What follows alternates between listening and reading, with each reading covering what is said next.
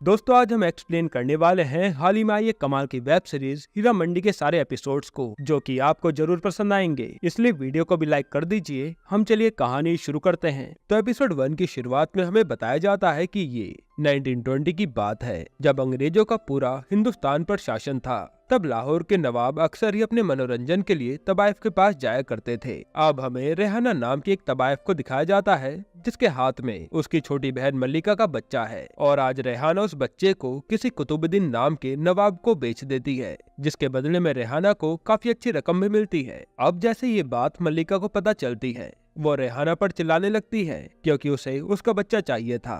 पर रेहाना पर उसके चिल्लाने से जरा भी फर्क नहीं पड़ता, क्योंकि उसका मानना था कि ये नाजायज बच्चा है और तबाइफ के बच्चों को अक्सर नवाब खुद खरीद लिया करते हैं। जिस पर मल्लिका कहती है कि आपने मेरा बच्चा छीन लिया, मैं भी आपसे सब कुछ छीन लूंगी। अब ये सीन यही कट होता है और हमें 25 साल बाद का सीन दिखाया जाता है, जहाँ पर अब मल्लिका उन सभी तबाइफों की रानी बन चुकी है, जिसकी एक आवाज से ही लोग डर जाते हैं। यहाँ तक कि मल्लिका अपनी बच्चियों पर भी जरा सा प्रेम भाव नहीं दिखाती, या यूँ कहे कि मल्लिका थोड़ी कठोर टाइप की औरत है। इसके बाद हम मल्लिका की छोटी बेटी बिबो जान को देखते हैं, जो नवाब वाली साहब के सामने मुजरा कर रही होती है। फिर सीन जाता है मल्लिका पर, जो नवाब जुल्फिकार के साथ थी, और उन्हें देखकर हम समझ पाते हैं कि ये दोनों बहुत पुराने आशिक रह चुके हैं। अब जब मल्लिका अपने महल में वापस आती है, तो उसकी छोटी बहन वाहिदा आज बिबो जानने वाली साहब से जितनी रकम कमाई थी वो सब लाकर देती है। तब मल्लिका से कहती है कि ये तो बहुत कम है, क्योंकि मल्लिका को उस पर शक था कि वो अक्सर ही उसमें से रकम चुराया करती है।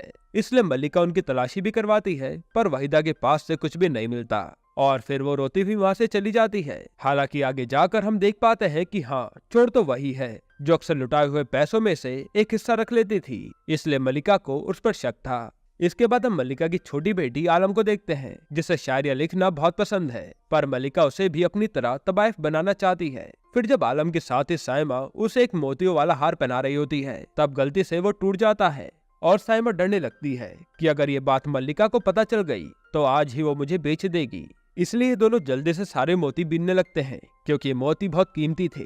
फिर आलम जब मल्लिका को बताने जाती है कि वो मोतियों की माला तो टूट गई थी, पर हम मोती बीन के लिए आए, वो भी पूरे 100 मोती। तब मल्लिका कहती है कि मोती तो पूरे 101 थे, और अगर वो एक मोती नहीं मिला तो आलम के लिए अच्छा नहीं होगा। तो आलम वो एक मोती कैसे भी ढूंढ कर लाती है, और ये देखकर मल्लिका उसकी तारीफ करती है। फिर मल्लिका आलम से कहती है कि तुम अब बड़ी हो चुकी हो, इसलिए अब तुम्हारी नथ तुरवाई का समय आ चुका है, जिससे तुम नामी तबाइफ बन सकती हो।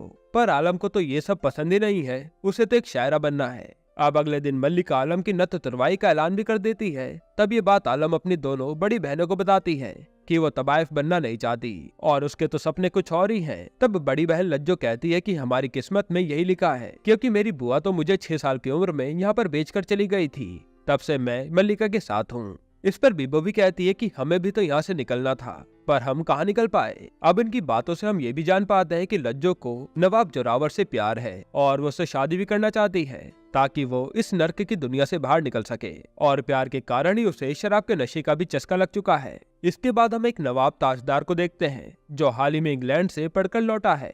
तब उसकी दादी कहती है कि तुम पूरे अंग्रेज बन चुके हो, तो तुम्हें नजाकत सीखने के लिए हीरा मंडी जाना चाहिए। ये वही इलाका है जिसकी मालकिन मल्लिका है। और दोस्तों, उस समय तवाइफों के पास जाना नवाबों की शान को बढ़ाने जैसा था, पर ताज हीरा मंडी जाने से मना कर देता है, क्योंकि वो अय्याशी करना नहीं चाहता था। फिर ताज सीधा अपने पापा से जाकर मिलता है और बातों ही बातों में कह देता है कि ये अंग्रेज हम पर राज कर रहे हैं और हमें इन्हें भगाना चाहिए। जिस पर कोई भी ताज की बातों से सहमत नहीं था, क्योंकि ये सब नवाब थे जिनकी अंग्रेजों से काफी अच्छी बनती थी, पर कुछ ऐसे क्रांतिकारी भी थे जो अंग्रेजों को भगाने का जिम्मा उठा चुके थे। अब अगले दिन मल्लिका के पास एक नया अधिकारी मिलने आता है, जो उससे कहता है कि हमें एक तबाइफ चाहिए जो हमारे जश्न में मुजरा कर सके, और इसके लिए हम मुंह मांगा दाम देंगे। पर मल्लिका इसके लिए मना कर देती है, क्योंकि उसका मानना था कि तबाइफ की वैल्यू ज्यादा होती है, जो सिर्फ नवाब लोगों के लिए ही है, और अगर वो ऐसे ही कहीं भी जाकर मुजरा करने लगेंगी तो उनकी औकात क्या ही रह जाएगी। जो सुनते ही वो ऑफिसर गुस्से में वहां से चले जाता है और वो मन बना लेता है कि वो इस मल्लिका को सबक सिखाकर रहेगा। इसके बाद वो ऑफिसर उस्ताद को बुलाता है, जो हीरा मंडी में काफी अरसे से काम कर रहा है, और वो उससे कहता है कि मुझे मल्लिका की कमजोरी चाहिए, क्योंकि मुझे उससे बदला लेना है। अब रात को मल्लिका आलम से एक पार्टी में चलने को कहती है, पर आलम तो इसके लिए बहाना बना देती है कि मेरी तबीयत खराब है, तब मल्लिका बताती है कि आज तो बड़े शायर नियाजी साहब भी उस पार्टी में आने वाले थे, पर अब तुमने मना कर दिया है तो मैं अकेली चली जाऊंगी। ये सुनती आलम तुरंत मान जाती है, पर अब मल्लिका उसे नहीं ले जाती। तब आलम मल्लिका की बग्गी के पीछे चुपचाप बैठ जाती है, क्योंकि वो नियाजी साहब की बड़ी फैन थी। अब जब ये लोग वहाँ पहुँचते हैं तो वहाँ नियाजी साहब की सब लोग शेरो शायरी सुन रहे थे और आलम उनकी शायरी लिखने लगती है। तभी ताज उसे देख लेता है और होना क्या था, ताज आलम को देखते ही उसका दीवाना हो जाता है। फिर वो आलम के पास जाता है और उससे बात करने की कोशिश करता है, पर उसी समय वो पार्टी खत्म हो जाती है जहाँ से सब चल देते हैं और ताज हर जगह आलम को ही ढूंढ रहा था। तभी ताज की दादी उसे मल्लिका से मिलवाती है और कहती है कि इनकी बेटी की नथ तुरवाई के लिए आपका नाम हमने दे दिया है, जिस पर ताज हीरा मंडी की बेइज्जती कर देता है और मल्लिका इसे नाराज होकर चली जाती है। इसके बाद जब आलम वापस बग्गी के पीछे बैठकर महल पहुंचती है तो इस बार मल्लिका को पता चल गया था कि आलम भी वहां आई है, पर वो उसे उस समय कुछ कहती नहीं। फिर अगली सुबह होते ही सजा के तौर पर वो आलम की सारी शेर व शायरी वाली डायरी फाड़कर आग में जला देती है। इससे हम समझ पाते हैं कि मल्लिका में कितना गुरूर भरा है कि अगर कोई उसकी बात ना माने तो उसे सजा देने के लिए वो किसी भी हद तक जा सकती है। इधर हम बिब्बो को वाली साहब के साथ देखते हैं जो आशिकी कर रहे थे।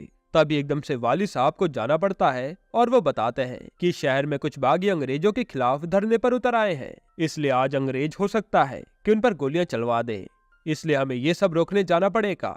इसके बाद भी वो सीधा आलम के साथ उसको किताब दिलवाने ले जाती है, क्योंकि मल्लिका ने तो उसकी सारी किताबें जला दी थी। तब बुक स्टोर से ये लोग बुक खरीदते हैं और मौका देखकर बिब्बो बुक स्टोर के मालिक से अपनी एक खास किताब मांगती है जो उसे किसी भी हाल में किसी क्रांतिकारी तक पहुंचानी थी। अब उस किताब में ऐसा क्या था वो हमें आगे पता चलेगा। फिर बिब्बो वो किताब लेकर आलम से बहाना बनाकर चली जाती है।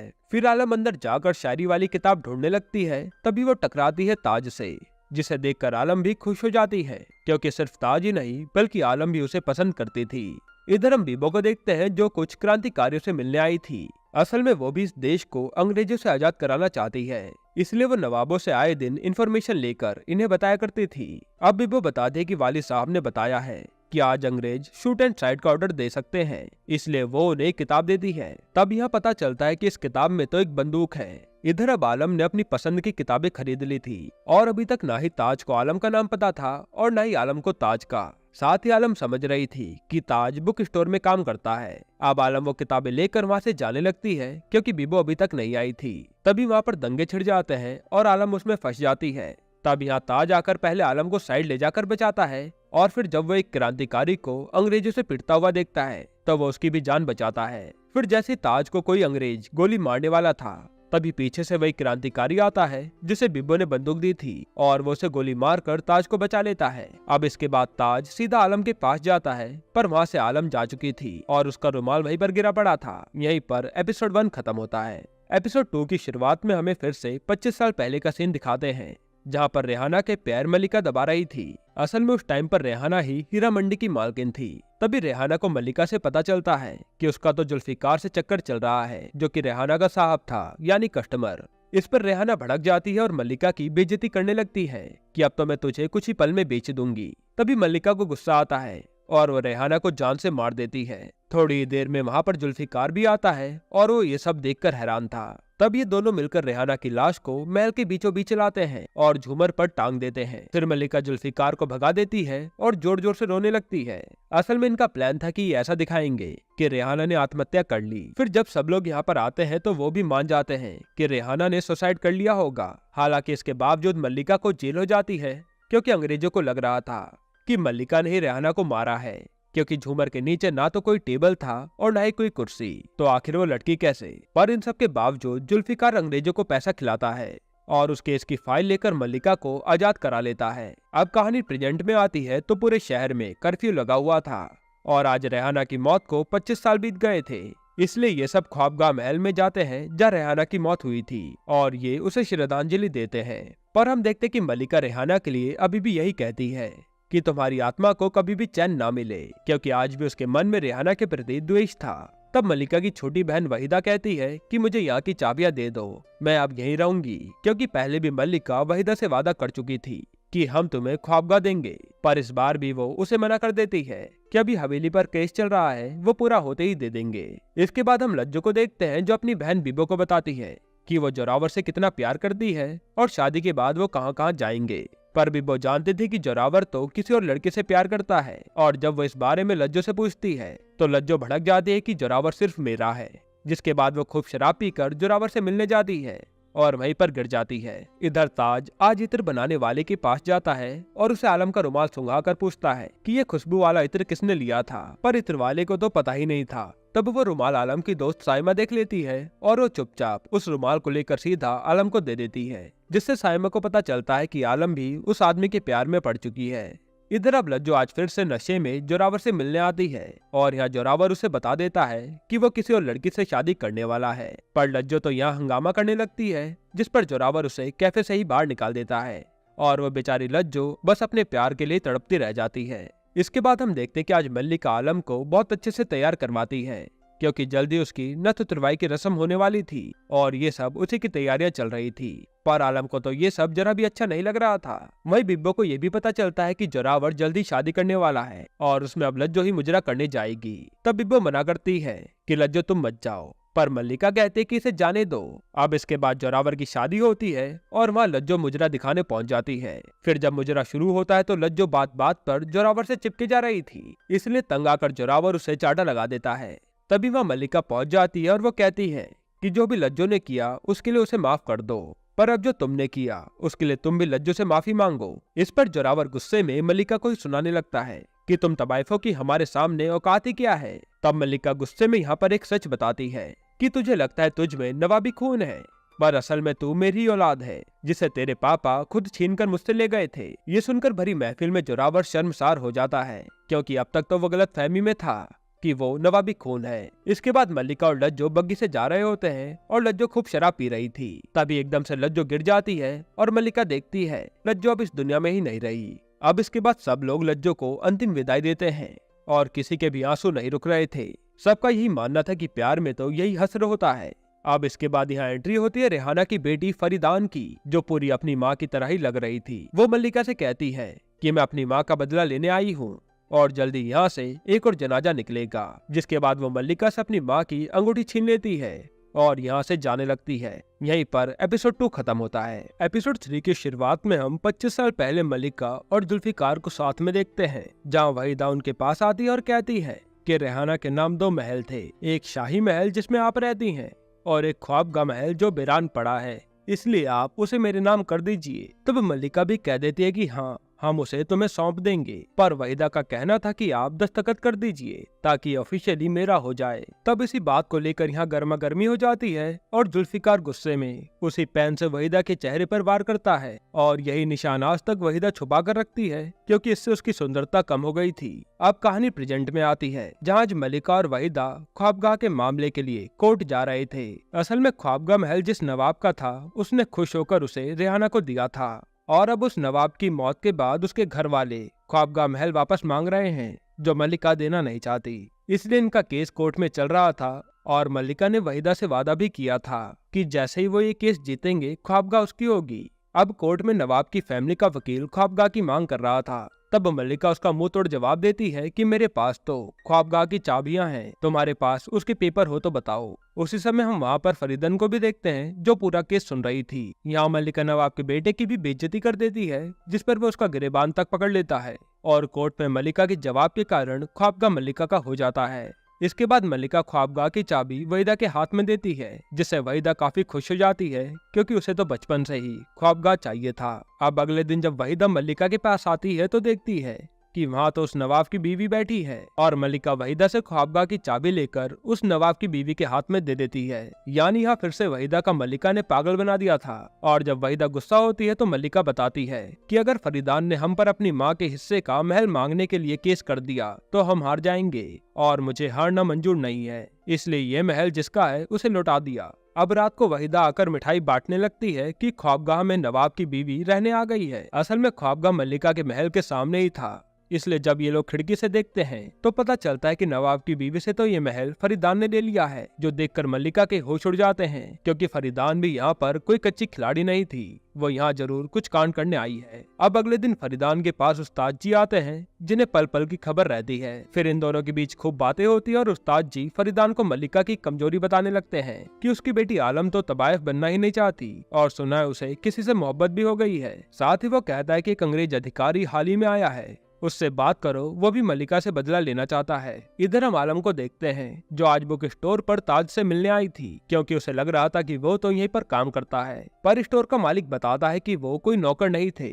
बल्कि ताज एक नवाब है। तब आलम सोचती है कि अब उन्हें मिलना होगा तो मिल ही जाएंगे। यह ताज आज क्रांतिकारियों के ग्रुप से मिलता है, जहां हामिद नाम का आदमी भाषण दे रहा था और आगे क्या रणनीति अपनानी है वो बता रहा था। तब ताज उनके साथ ही मिल जाता है। इधर हम उस्ताद को देखते हैं, जो ख्वाबगाह में कुछ लड़कियों को लेकर आता है जो अब यहीं तबायफ का काम करेंगी। फिर उस्ताद फरीदान को ताज की फोटो दिखाकर कहता है कि यही है जिससे आलम इश्क करती है और मल्लिका ने इसी को सेलेक्ट भी किया है उसकी नत उतरवाई के लिए। पर वो लड़की ये बात नहीं जानती, अगर आप इसको अपना बना ले तो मल्लिका को तगड़ा झटका लगेगा। पर फरीदान कहते कि नहीं, अब हम इन्हें मिलवाएंगे जिससे इनके बीच इश्क होगा, और इश्क तो सब कुछ निकल जाता है। फिर उस्ताद बताता है कि बिबो जान के साहब वाली साहब हैं, जिन्हें वो बहुत चाहती है, उनका कुछ करना है क्या? तब फरीदान कहते कि हाँ, हमारा शिकार वाली साहब होंगे। इसके बाद यहाँ आलम बिबो के पास आती है और वो उससे कहती है कि आपके साथ दावत पर हम भी चलेंगे। असल में वाली साहब ने बिबो के लिए दावत रखवाई थी, जहाँ बड़े बड़े नवाब आते थे, और आलम को लग रहा था कि शायद वहाँ ताज भी आएगा, क्योंकि उसे ताज से मिलना था। इसके बाद हम रात को वाली साहब की दावत देखते हैं, जहाँ वाली साहब बिबो की खूब तारीफ कर रहे थे। तभी वहाँ उनसे मिलने फरीदान आती है और वो वाली साहब से फ्लर्ट करने लगती है, जिसे देख बिबो को अच्छा नहीं लगता और वो समझ जाती कि ये वाली साहब कोई मुझसे छीनने आई है, इसलिए वो उन्हें वहाँ से अपने साथ ले जाती है। इसके बाद फरीदान सीधा आलम से मिलने जाती है और बातों बातों में ताज का जिक्र छेड़ देती है और ये भी कहती कि ताज से प्यार करती हो तो कल दरगाह पर दुआ मांगना, वो तुम्हारा हो जाएगा। जिस पर आलम ज्यादा कुछ नहीं बोलती। फिर जब उसे ताज दिखता है तो वो उससे बात करने चली जाती है। अब ये दोनों यहाँ काफी सारी बातें करते हैं, अपने अपने पसंद की शेर व शायरी पढ़ते हैं, पर अभी भी इन्हें नहीं पता था कि कौन कहाँ रहता है। यहाँ तक कि इन्हें तो एक दूसरे के नाम भी पता नहीं होते। इसके बावजूद इन्हें प्यार हो जाता है। इसके बाद फरीदान ताज से मिलती है और उससे आलम की बातें करने लगती है। फिर वो कहते कि अगर मैं तुम्हारी मुलाकात आलम से करवा दूं तो, जिस पर ताज को विश्वास नहीं होता, लेकिन फरीदान कहती है कि तुम दोनों की मुलाकात कल दरगाह में होगी जो हीरा मंडी में है। तब ताज कहता है कि उस तबायफ के इलाके में उस शरीफ लड़की का क्या काम, पर फरीदान उसे ये नहीं बताती कि आलम एक तबायफ की बेटी है, क्योंकि वो जानती थी कि इससे ताज शायद आलम से दूरी बना लेगा और यहाँ प्लान खराब हो सकता है। अब अगले दिन आलम ताज का दरगाह पर इंतजार कर रही थी, क्योंकि वो फरीदान की बातों में आ गई थी। पर काफी समय बीत जाता है, ताज वहाँ नहीं आता और ये सब ऊपर से फरीदान देख रही थी। उसी समय वहाँ ताज आ जाता है, पर उससे पहले आलम उठकर फरीदान से मिलने पहुँच जाती है। अब फरीदान उससे कहती है कि जैसा मैंने कहा था वैसा ही हुआ और देखो तुम्हारा ताज आ गया। तब आलम दूरबीन से ताज को देखकर उससे मिलने भागती है, पर तब तक तो ताज वहाँ से जा चुका था और फरीदान उससे कहती है कि अब तुम उससे अगले हफ्ते ही मिल पाओगी। अब जैसा फरीदान ने कहा था वैसा ही आलम के साथ हुआ था, इसलिए आलम को विश्वास हो जाता है कि फरीदान काफी कुछ जानती है। इसके बाद फरीदान सीधा उसी अधिकारी से मिलने जाती है जो मल्लिका का दुश्मन था, और वो अपनी माँ रेहाना का केस खुलवाने की बात करती है। पर वो अधिकारी तो मना कर देता है कि ये केस बहुत पुराना है, इसलिए हमारे पास उसकी ना तो फाइल है और ना ही कोई गवाह। जिस पर फरीदान अधिकारी को अपनी बातों में फंसा कर कहती है कि उसका इंतजाम मैं कर दूंगी, आप बस इस केस को खोलिए। इसके बाद ये बात जैसी जुल्फिकार को पता चलती है कि फरीदान अपनी माँ का केस दोबारा ओपन करवा रही है, तो वो सीधा मल्लिका के पास पहुंचकर उसे धमकाने लगता है कि वो केस की फाइल मैंने तुम्हें दी थी, इस समय कहाँ है वो, क्योंकि अगर वो किसी के हाथ लग गई तो ये मामला बिगड़ सकता है और उसमें सब कुछ लिखा था। तब मल्लिका उसी पल से वो फाइल ढूंढने में लग जाती है, पर उसे वो फाइल कहीं भी नहीं मिलती। फिर वो वहीदा को बुलाकर फाइल के बारे में पूछती है, क्योंकि 25 साल पहले उसने वहीदा को ही वो फाइल संभालने को दी थी। जिस पर वहीदा बताती है कि वो फाइल तो उसने उसी समय जला दी थी, जिससे सुनने के बाद मल्लिका की जान में जान आती है। इधर हम फरीदान को देखते हैं जो मल्लिका को एक और झटका देने की फिराक में थी, इसलिए वो अपनी नथ तुरवाई की रस्म करवाना चाहती है। तभी बात जैसी मल्लिका को पता चलती है वो हीरा मंडी की तबाइफों की मीटिंग बुला लेती है, क्योंकि ये रूल था कि नथ उतरवाई कुंवारी लड़कियों की ही होती है। और सबका यही कहना था कि फरीदान तो कई सारे आदमियों के साथ सो चुकी है और उसे तो मल्लिका ने 9 साल की उम्र में ही बेच दिया था, तो वो कुंवारी कहाँ रही। इस पर फरीदान भड़क जाती है और कहती है कि अगर यही रूल है तो आज से ये रूल बदल जाएगा और मैं अपनी नथ उतरवाई जरूर करवाऊंगी। और वो इसकी अनाउंसमेंट भी करवा देती है। तब मल्लिका भी फरीदान को हराने के लिए अपनी चाल चलती है और वो बीबो जान का आखिरी मुजरा रखती है, यानी आज के बाद बीबो जान कहीं मुजरा नहीं कर पाएगी और न ही कभी कोठे पर बैठेगी। और उसकी अनाउंसमेंट मल्लिका करवा देती है, जिससे बीबो खुश नहीं थी। अब असल में मल्लिका ने ये चाल इसलिए चली क्योंकि हीरा मंडी में जब भी किसी की नथ उतरवाई होती है तो सारे नवाब उसे देखने जाते हैं, और अगर किसी तबायफ का आखिरी मुजरा हो तो उसके सामने नथ उतरवाई की रस्म भी फीकी पड़ जाती है, क्योंकि सारे नवाब तो तबायफ का आखिरी मुजरा देखने आते हैं। इसी कारण सब नथ उतरवाई की रस्म में फरीदान के यहाँ कोई भी नहीं आता और सारे नवाब बीबो जान का आखिरी मुजरा देखने पहुंच जाते हैं। अब फरीदान ये सब सोचकर काफी गुस्से में थी। तभी वहाँ मल्लिका आती है और उसकी बेइज्जती करके चली जाती है, जिस पर फरीदान का कहना था कि ये चाल भले ही तुम जीत गई होगी, पर आगे तैयारी कर लेना क्योंकि मैं बहुत भयंकर चाल चलूंगी। यहीं पर एपिसोड 3 खत्म होता है। एपिसोड 4 की शुरुआत में हम फरीदान को देखते हैं, जिसकी नथ उतरवाई में कोई नहीं आया, इसलिए वो उदास थी। तभी यहाँ वाली साहब आते हैं और बताते हैं कि हमने कल रात बीबो जान को आखिरी सलाम दे दिया है और अब से हम तुम्हारे पास ही आया करेंगे, जिससे फरीदान खुश हो जाती है। और ये सब खिड़की से बीबो जान देख रही थी, क्योंकि वो भी वली साहब को चाहती थी। उसके बाद अब मल्लिका जब अपने कमरे में थी, तब वहाँ साइमा गाना गुनगुनाते हुए आती है, जो सुनकर पहले तो मल्लिका को लगता है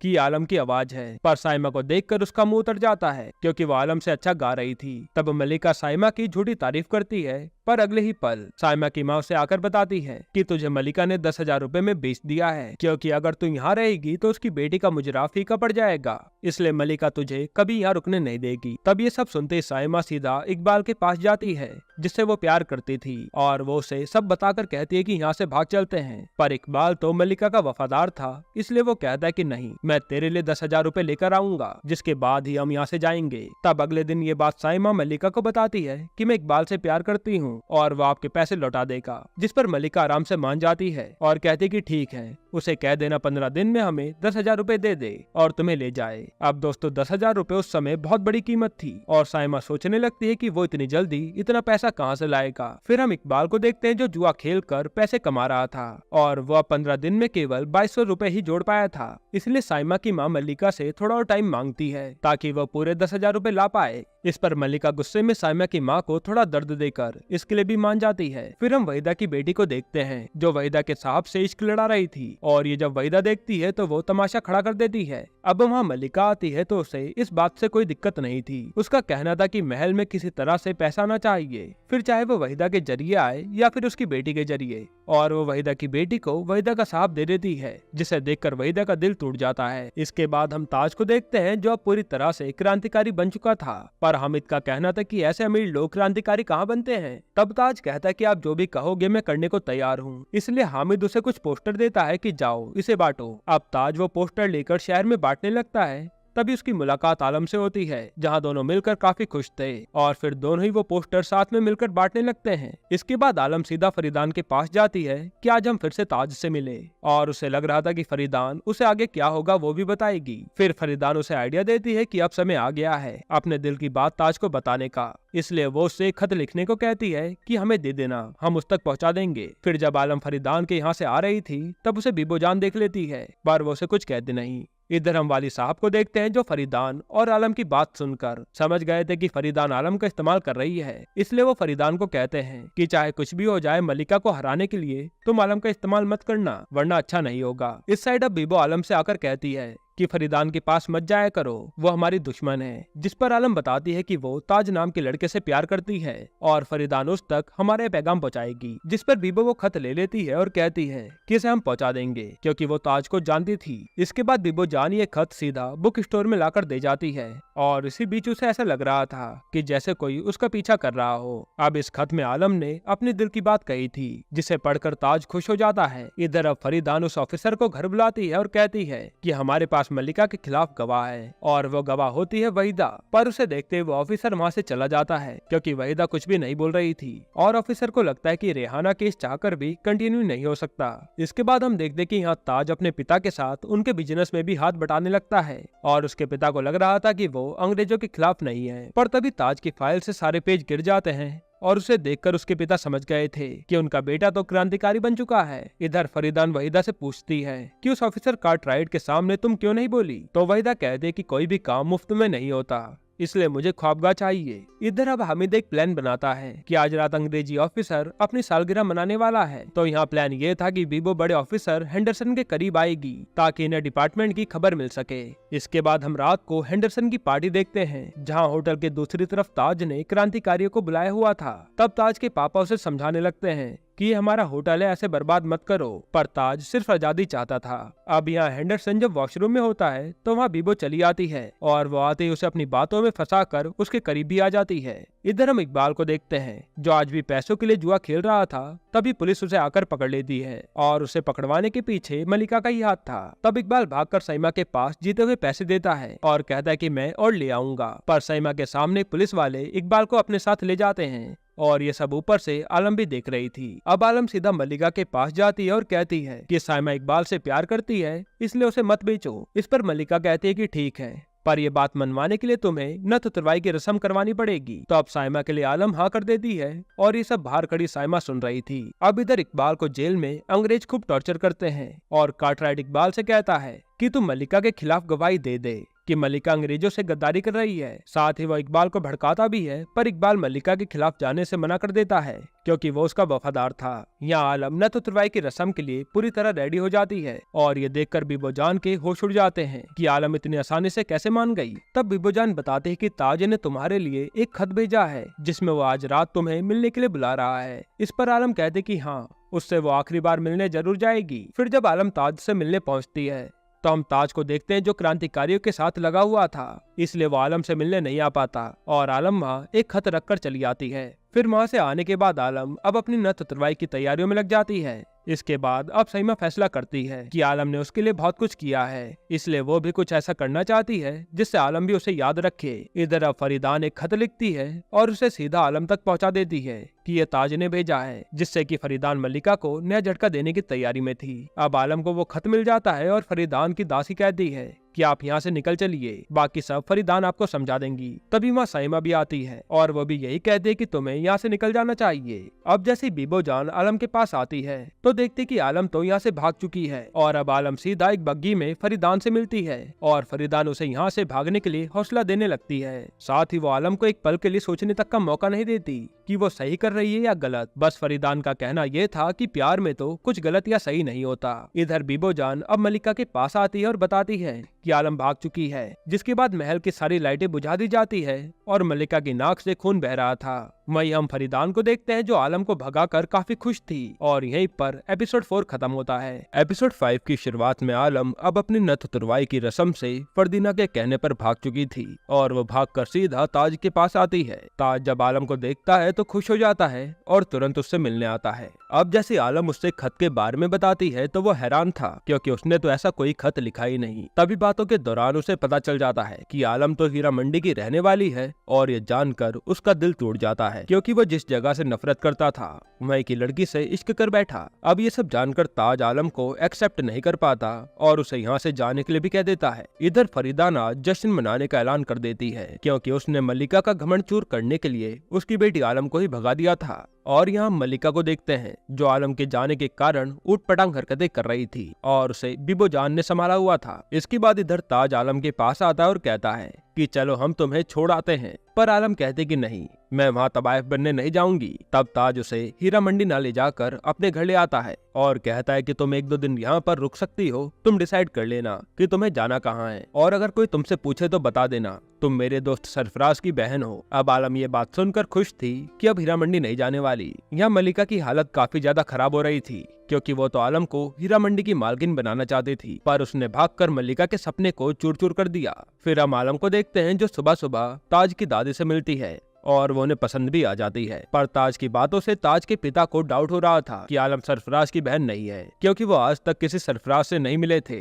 हालांकि वो उससे कुछ कहते नहीं और सब हंसी खुशी चल रहा था। इधर बीबो अब क्रांतिकारियों से जाकर मिलती है और उसमें से एक ताज का दोस्त था, जिससे पूछने पर पता चलता है कि आलम तो ताज के घर पर एकदम सेफ है और उसके घर वालों को भी उससे कोई प्रॉब्लम नहीं है। ये जानकर बीबो की जान में जान आती है। अब यहाँ ताज आलम से कहता है कि तुम मेरी दादी से इतना ज्यादा घुलो मिलो मत, क्योंकि कुछ ही दिनों में तुम चली जाओगी और उन्हें अच्छा नहीं लगेगा। पर आलम कह दे कि नहीं, ऐसा कुछ भी नहीं होने वाला और मैं हीरा मंडी नहीं जाऊंगी। इधर हम वहीदा और बीबो को देखते हैं, जहाँ वहीदा आज अंग्रेजी अधिकारी हेंडरसन को अपना मुजरा दिखाने जा रही थी। अब जब वो अपना मुजरा दिखाना शुरू करती है तो हेंडरसन तो बस बीबो को ही देखे जा रहा था और वो उसे अपने साथ एक कमरे में लेकर चला जाता है। और इस बार भी वहीदा का पागल बन जाता है, क्योंकि उसका प्लान था कि वो हेंडरसन को अपना साहब बना लेगी और उस पर पैसों की बारिश होगी। पर अब बीबो को हेंडरसन के साथ देखकर उसका दिल टूट जाता है और वो पूरे होटल में तमाशा शुरू कर देती है। और उसी होटल में ताज अपने दोस्त के साथ बैठा था तो उसका दोस्त कहता है कि देखो एक तबायफ की क्या हालत होती है। ये सुनते ही वो सोचने लगता है कि फिर तो आलम की भी यही हालत होगी। इसलिए वो तुरंत घर जाता है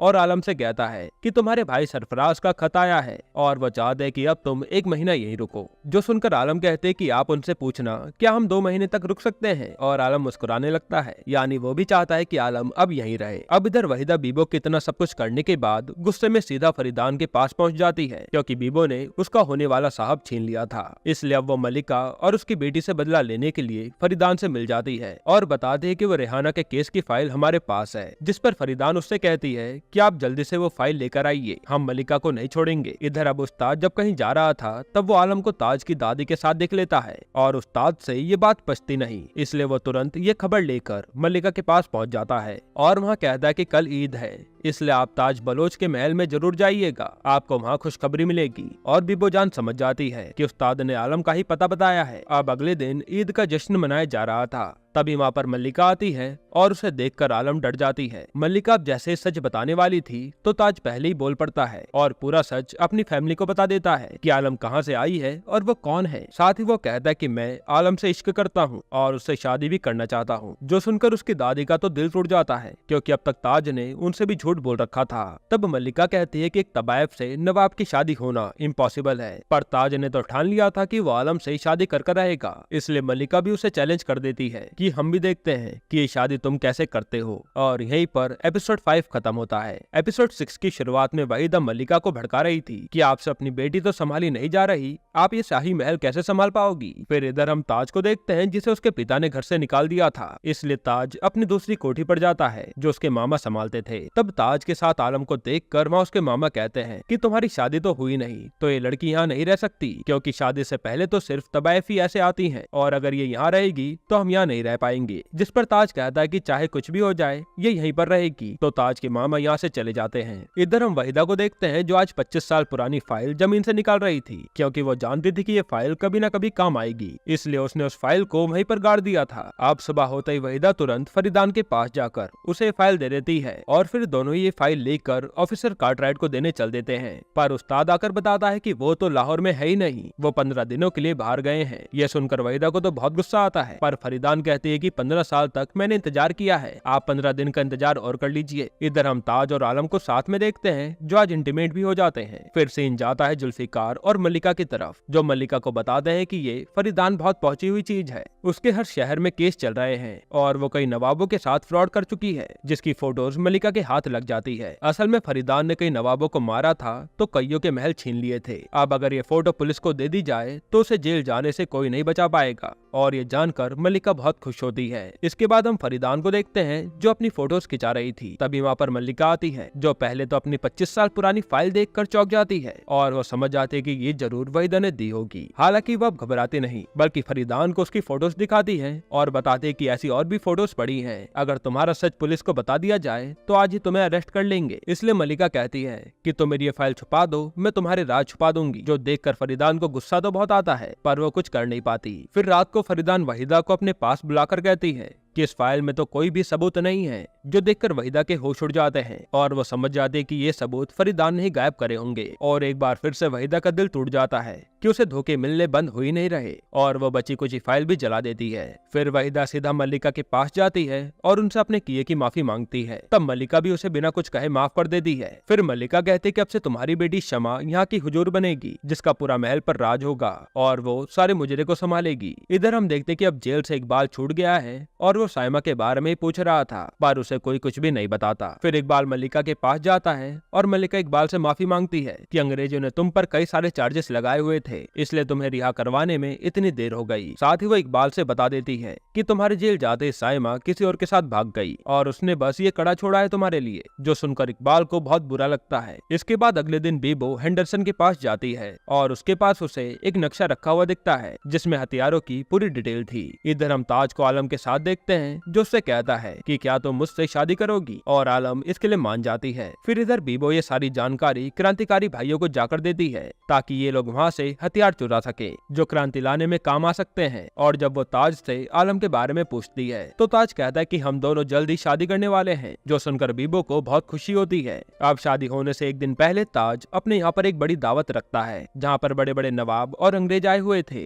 असल में ये सब इसलिए किया गया था ताकि ये पीछे से सारे हथियार चुरा सके और इससे किसी को उन पर शक भी नहीं होगा। तभी वहाँ पर फरीदान और कार्टराइट आते हैं और फरीदान आलम से मिलने उसके कमरे में जाती है। अब वहाँ आलम तो नहीं थी, पर फरीदान को कुछ ऐसे सबूत मिलते हैं जो कि अंग्रेजों के लिए काम की चीज है। इधर हम क्रांतिकारियों को देखते हैं जो पुलिस के भेष में हथियार चुराने आए हुए थे। अब वो हथियार चुराने के बाद जैसे ही निकलने वाले थे तो किसी ने बाहर से दरवाजा ही बंद कर दिया था और ये लोग समझ जाते हैं कि ये इन्हें फंसाने के लिए प्लान किया गया था। और दरवाजे के बाहर अंग्रेजी अफसर खड़े थे ताकि इन लोगों के बाहर निकलते ही इन्हें जान से मार दे। पर ये क्रांतिकारी दूसरे दरवाजे से यहाँ से भाग निकलते हैं। हालांकि उसी समय अंग्रेज उन पर फायरिंग करते हैं और एक दो गोली क्रांतिकारियों में से किसी को लग जाती है। इधर आलम जब फरीदान से मिलती है तो वो उससे काफी गुस्सा थी क्योंकि फरीदान ने झूठा खत देकर उसे महल से भगाया था। पर फरीदान कहती है कि ये सब तो मैंने तुम्हारे प्यार के लिए किया था, पर आलम उसकी बात नहीं मानती। इसके बाद कार्टराइट जब फरीदान के साथ होता है तब उसे पता चलता है कि उनके यहाँ से हथियार चोरी हो चुके हैं, इसलिए वो जल्दी से जाने लगता है। तब फरीदान कहते हैं कि मैं तुम्हें बता सकती हूँ कि ये चोरी किसने की है और मेरे पास सबूत भी हैं, पर उसके लिए तुम्हें मेरा भी काम करना पड़ेगा। तब कार्टराइट इसके लिए मान जाता है तो फरीदान बताती है कि रेहाना वाला केस तो मैंने वापस ले लिया है, पर तुम उसकी चुपचाप तहकीकात करते रहो क्योंकि मुझे किसी भी हाल में मल्लिका से बदला लेना है। यह सुनकर कार्टराइट भी हाँ कर देता है कि केस तो मैं अपनी जिम्मेदारी पर ओपन कर लूंगा। और फिर फरीदान उसे चोरी के सबूत दे देती है जो उसे आलम और ताज के कमरे से मिले थे। इधर हम देखते हैं कि आज आलम अपनी शादी के लिए काफी खुश थी। तभी यहाँ पर पुलिस वाले आ जाते हैं और ये देखकर आलम सारे सबूत छुपाने लगती है जो कि क्रांतिकारियों के प्लान की डिटेल थी। अब ताज भी यहाँ नहीं था और आलम को पुलिस सबूत के साथ पकड़ लेती है, जिसके बाद आलम को पीट कर यहाँ से ले जाया जाता है। इधर हम देखते हैं कि वो गोली जिसके लगी थी वो हामिद ही था और ये सोचने लगते हैं कि हम में से कोई गद्दार है, वरना हमारा प्लान अंग्रेजों तक कैसे पहुंचता। तभी वहाँ पर एक आदमी आकर बताता है कि ताज की कोठी पर पुलिस ने रेड मार दी और आलम को उठा ले गए। अब सबूत भी उन्हीं के पास है। तब ताज आलम को बचाने जाने लगता है, पर ये लोग उसे जाने नहीं देते और हामिद कहता है तुम डिसाइड कर लो, या तो महबूबा या फिर देश। और ये सुनकर ताज शांत हो जाता है। हालांकि अगले ही पल ताज अपने पिता के साथ पुलिस स्टेशन जाता है और वहाँ कार्टराइट को ताज पर पूरा शक था कि वो भी क्रांतिकारियों से मिला हुआ है, क्योंकि कोठी से जो सबूत मिले थे वो उसी के लग रहे थे। पर वहाँ आलम को बुलाया जाता है तो वो कहती है कि ये सारी प्लानिंग तो मैंने ही की थी और ताज का इसमें कोई हाथ नहीं है। तब अंग्रेज कहता है कि ताज तो तुमसे शादी भी करने वाला था, तो उसे तुम्हारे बारे में पता कैसे नहीं चला। तब ताज बोल पड़ता है कि इन तबाइफों से शादी कौन करता है, मैं कोई शादी वादी नहीं करने वाला था। असल में अब ताज देश के लिए मोहब्बत को कुर्बान करने के लिए भी तैयार था। इसी के बाद आलम को जेल हो जाती है और यहीं पर एपिसोड 6 खत्म होता है। एपिसोड 7 की शुरुआत में हम मल्लिका और बिबो जान को देखते हैं, जहां बिबो बताते कि आलम को पुलिस ने अरेस्ट कर लिया है, इसलिए वो मल्लिका से आलम को छुड़ाने के लिए कहती है। पर मल्लिका कहते कि आलम का ताज कहाँ गया, वो तो उससे शादी करने वाला था। तब बिबो कहते कि ताज का तो पता नहीं, पर आप आलम को बचा लीजिए। जिसके बाद अपनी बेटी के लिए मल्लिका पुलिस स्टेशन पहुँच जाती है आलम को बचाने, पर यहाँ कार्टराइट नहीं होता तो वो वहीं पर बैठकर उसका इंतजार करने लगते हैं। फिर हम कार्टराइट को देखते हैं जो फरीदान के साथ था।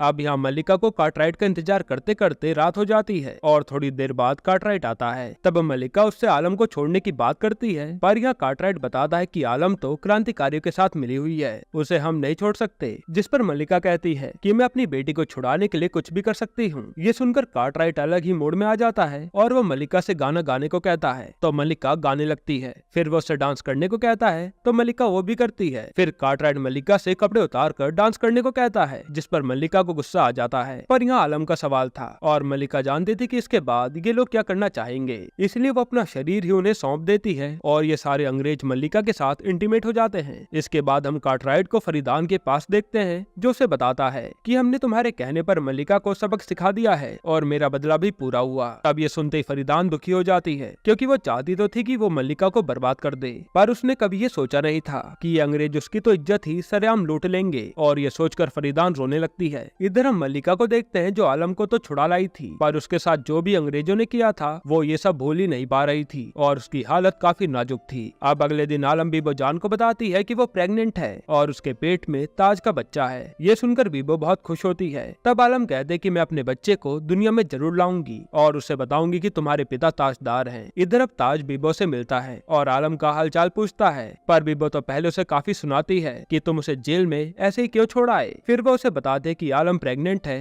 और तुम बाप बनने वाले हो। अब ये सब जानकर ताज सीधा अपने पिता के पास जाता है और कहता कि मैं आलम से शादी करना चाहता हूँ, पर ताज के पिता इसके लिए मना कर देते हैं। लेकिन ताज की दादी उसकी ये बात मान जाती है और अगले ही पल ताज और उसकी दादी रिश्ता लेकर मल्लिका के पास आते हैं। तब यह मल्लिका बात बात पर उनकी बेइज्जती कर रही थी, जिस पर आलम की दादी ये बात संभालती है और मल्लिका इस शादी के लिए मान जाती है। फिर वो कहते कि रात के 10 बजे से पहले बारात लेकर आ जाना, वरना 10 बजे के बाद हम आलम को मुजरे पर बैठा देंगे और फिर कुछ भी सही नहीं हो पाएगा। ताज भी इसके लिए मान जाता है। इसके बाद हम इकबाल को देखते हैं जिसके पास उस्ताद आता है और वो उसे बता देता है कि उसकी साइमा किसी के साथ भागी नहीं, बल्कि मल्लिका ने उसे दो आदमियों के हाथों बेच दिया था। जो सुनकर इकबाल टूट जाता है और वहाँ से चले जाता है। फिर यह बीबो शादी का पहला कार्ड सीधा जाकर फरीदान को देती है कि आपके कारण ही ताज और आलम इतना आगे बढ़ पाए, जिस पर फरीदान पहली बार आज इतना खुश होती है। इधर हम ताज के पिता को देखते हैं जो ताज की शादी से बिल्कुल भी खुश नहीं थे, पर ताज की दादी कहती है कि शादी तो होकर रहेगी, फिर तुम चाहे मानो या न मानो। और इस पर ताज के पिता गुस्से में चले जाते हैं, जिसके बाद वो शादी तोड़वाने के लिए सीधा कार्टराइट को कॉल लगा देते हैं। यहाँ उन्होंने कार्टराइट को कुछ ऐसा बता दिया था जिससे शादी टूट जाएगी। अब इधर आज आलम की शादी की तैयारियों में सब एंजॉय कर रहे थे क्योंकि आज पहली बार हीरा मंडी में बारात आने वाली थी और इससे आलम भी खुश थी। वहीं दूसरी तरफ ताज और उसकी दादी भी शादी को लेकर काफी ज्यादा खुश थे और थोड़ी देर में वहाँ से बारात निकलने वाली थी। तभी यहाँ पर पुलिस वाले आ जाते हैं और कार्टराइट ताज को बताता है कि अंग्रेजों से बगावत करने के इल्जाम में उसे अरेस्ट किया जाता है। तब ताज अपने पिता से कहता है कि आप बस इनसे 10:30 तक की मोहलत मांग लीजिए, मैं शादी करके अरेस्ट हो जाऊंगा। और यहाँ पता चलता है कि ताज के पिता ने ही कार्टराइट को इन्फॉर्मेशन दी थी ताकि वो ताज को अरेस्ट कर ले और ये शादी ना हो पाए। जिसके बाद पुलिस वाले ताज को अरेस्ट करके अपने साथ ले जाते हैं और ताज की शादी का सपना यहीं पर चूर-चूर हो जाता है। थोड़ी देर में ये बात मल्लिका को भी पता चल जाती है और वो सीधा आलम को जाकर बताती है कि अब ताज नहीं आने वाला, इसलिए अब तुम जाकर मुजरे पर बैठो और ताज को भूल जाओ। अब यहाँ जब फरीदान खुश होकर आलम की शादी में आ रही थी, तब उस्ताद उसे बताता है कि कार्टराइट ने ताज को गिरफ्तार कर लिया है और उसके ऊपर बड़ी बड़ी धाराएं लगाई हैं। ये सुनते ही फरीदान सीधा कार्टराइट के पास आती है और उससे ताज को छोड़ने के लिए भीख मांगने लगती है। तब कार्टराइट कहता है कि अगर ताज अपने साथियों के नाम बता दे तो हम उसे अभी छोड़ देंगे, पर ताज तो एक का भी नाम नहीं बताता और वो इनकलाब जिंदाबाद के नारे लगाने लगता है, जिस पर गुस्से में पुलिस वाला उसे और बुरी तरह से मारता है और एक डंडा सर पर लगने से उसकी यहीं पर मौत हो जाती है, जो देखकर फरीदान के होश उड़ जाते हैं। इधर आलम अब पहली बार मुजरा करती है और उसकी आंखों में ताज से न मिलने का दुख था। तभी यह फरीदान आकर बीबो को बताती है कि ताज अब इस दुनिया में नहीं रहा और बीबो सीधा जाकर आलम को भी ताज के मरने की खबर बता देती है, जिसके कारण आलम एकदम सहम जाती है और यहीं पर एपिसोड 7 खत्म होता है। एपिसोड 8 की शुरुआत में हम आलम को देखते हैं जिसे ताज की मौत का बहुत बड़ा सदमा लगा था और वो किसी से भी एक शब्द तक नहीं बोल रही थी। ये सब देखकर मल्लिका को अपनी बेटी की चिंता हो जाती है। इसके बाद बीबो आलम को ताज की कब्र पर लेकर आती है और वहाँ पहुँचते ही आलम दिल खोलकर रोती है। इधर हम ताज के पिता को देखते हैं जो अंग्रेजों से पूछते हैं कि ताज की मौत कैसे हुई। तो अंग्रेज झूठ कह देते हैं कि हमारे पुलिस स्टेशन में क्रांतिकारियों ने हमला कर दिया और ताज हमें उनके बारे में ना बता दे, इसलिए उन्होंने ताज को मार डाला। और उल्टा वो ताज के पिता को हीरा मंडी के खिलाफ भड़काने लगते हैं। फिर अंग्रेजों के जाने के बाद ताज के पिता बहुत बुरी तरह रोते हैं, क्योंकि उन्हें पछतावा हो रहा था कि मुझे ताज को गिरफ्तार नहीं करवाना चाहिए था। इधर हम मलिका के पास फरीदान को देखते हैं, जिन्होंने अब एक दूसरे को माफ कर दिया था। और मलिका फरीदान को अपने शाही महल की चाबी देती है और कहते कि मेरी बेटियां इस महल को नहीं चला पाएंगी, क्योंकि महल को चलाने के लिए कमीनापन और चालाकी होनी बहुत जरूरी है, जो पहले मुझ में थी और अब तुझ में है। इस तरह से इन दोनों की दोस्ती हो जाती है। पर जाने से पहले फरीदान वो चाबी मलिका को दे देती है कि इसे तो मैं आपसे छीन कर ले जाऊंगी। इधर हम क्रांतिकारियों को देखते हैं जो अब अंग्रेजों पर हमला करने का प्लान बना रहे थे, पर उनके अड्डे के बारे में अंग्रेज जान चुके थे, इसलिए बीबो अब उनको अपने महल ले जाने लगती है। पर इसी दौरान उनके एक साथी की मौत भी हो जाती है। हालांकि किसी तरह से वो महल में पहुंच जाते हैं और यहाँ मलिका उन्हें देख लेती है, पर वो उन्हें कुछ कहती नहीं, बल्कि वो बीबो से उन्हें लज्जो के कमरे में ले जाने को कहती है और उनके लिए खाने का भी प्रबंध करवाती है, क्योंकि मलिका को भी अंग्रेजों से आजादी चाहिए थी, इसलिए वो क्रांतिकारियों के साथ मिल गई। इसके बाद यहाँ वाली साहब जब फरीदान के पास आते हैं तो फरीदान उन्हें भी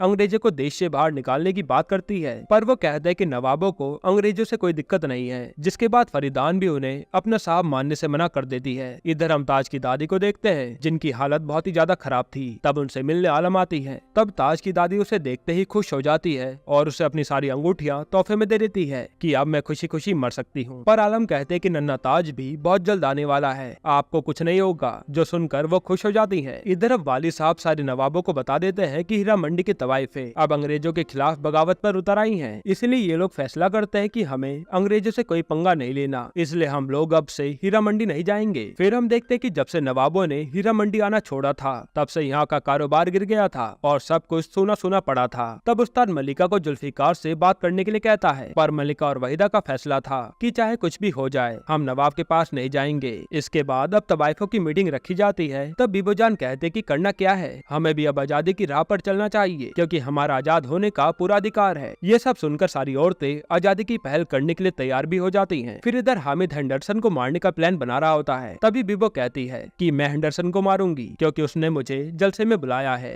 तो मैं वहाँ सबके सामने हेंडरसन को मारूंगी, फिर भले उसके लिए मुझे चाहे कोई भी सजा मिले। अब अगले दिन हम जलसे में देखते हैं जहाँ हेंडरसन स्पीच दे रहा होता है। तभी वहाँ बीबो सबके सामने हेंडरसन को गोली मार देती है और हेंडरसन वहीं मर जाता है। तब वहाँ पुलिस वाले आते हैं और उन सबको हामिद मारने लगता है। तभी पीछे से कार्टराइट बंदूक से हामिद को मार डालता है और बीबो को पकड़ लिया जाता है। अब यहाँ मल्लिका को भी पता चल जाता है कि हेंडरसन को किसी ने मार डाला और वो कोई और नहीं बल्कि बीबो है, जो सुनकर मल्लिका के होश उड़ जाते हैं। अब इधर जेल में बीबो को बहुत ज्यादा टॉर्चर किया जाता है और ये लोग बार बार उसके साथियों का नाम पूछ रहे थे। तब बीबो सिर्फ एक ही शब्द कहती है, आजादी। इसके बाद मल्लिका के पास फरीदान आती है, जो कहते कि बीबो जान को बचाना बेहद जरूरी है, वरना कल कार्टराइट बीबो जान को मार डालेगा। तब ये लोग फैसला करते हैं कि अब हम भी जंग के लिए अंग्रेजों से भिड़ जाएंगे। इसके बाद यहाँ आलम के पास उस्ताद जी आते हैं और उससे कहते हैं कि तुम्हारे लिए एक ऑफर है। असल में कार्टराइट तुम्हारे साथ सोना चाहता है, जिस पर पहले तो आलम भड़क जाती है, पर उस्ताद बताता है कि इससे अच्छा मौका नहीं मिलने वाला। कार्टराइट से बदला लेने का